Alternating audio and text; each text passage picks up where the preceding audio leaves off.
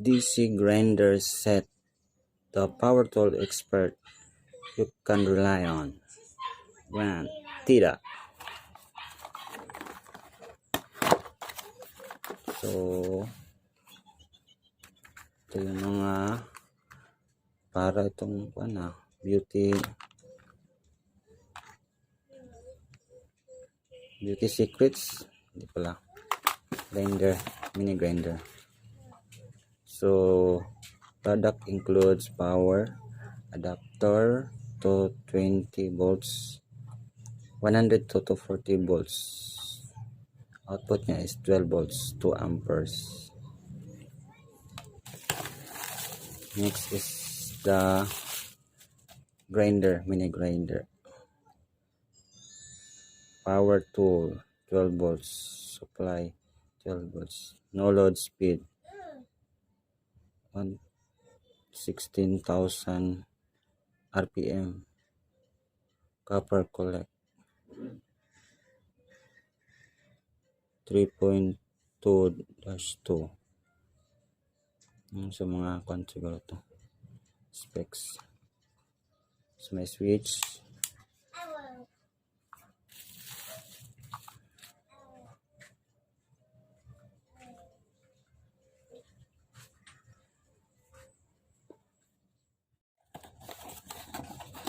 so may label, so instruction, the manual of mini electric mill, applicable scope, the set of mini mill apply to punching, carving, painting, marking, trimming, polishing for stainless steel, ceramic, glass, plastic, wood, animal, angle, acrylic board, circuit board, tin, aluminum, and other materials. But it can be used for wall drilling. May electric mill with low voltage designed copper motor as power unit with variety of polished accessories. The use of wide range with reasonable structure and low cost advantages. The electric drill mill is the best choice of DIY lovers, jewelry accessories, and assembly line workers and other users. So, ito yung mga use environment precautions. Keep the work area clean. Do not use these tools in an environment with explosive gas and dust. Pay attention to the safe use electricity. Do not use this tool in humid environment or in rain. Make sure the chunk nut tightened before starting the tool. If there is a failure, please contact the factory to submit. Professional staff deal with unauthorized assembly of the adverse consequences borne by the customer. Warning: this product is recommended for continuous use of time, not more than 15 minutes. So, gamit ka nito ng kung state is 15 minutes lang para di siya mag-overheat.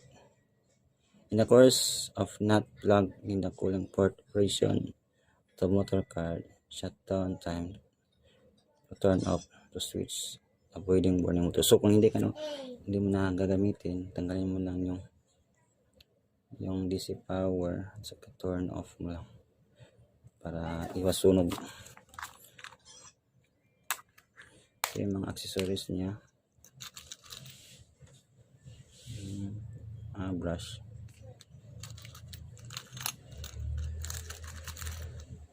Ito sa metal.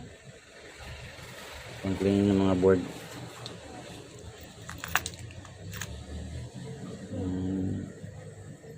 Polisher.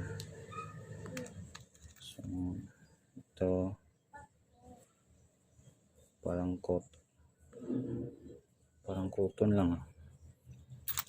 So,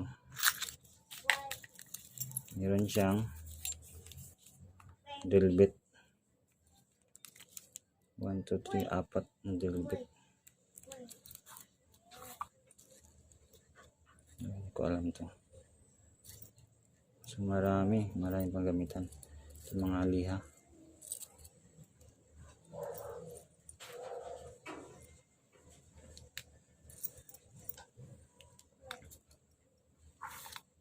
Sulit din tong bili ko kasi mabot lang ito ng 500 pesos including shipping fee.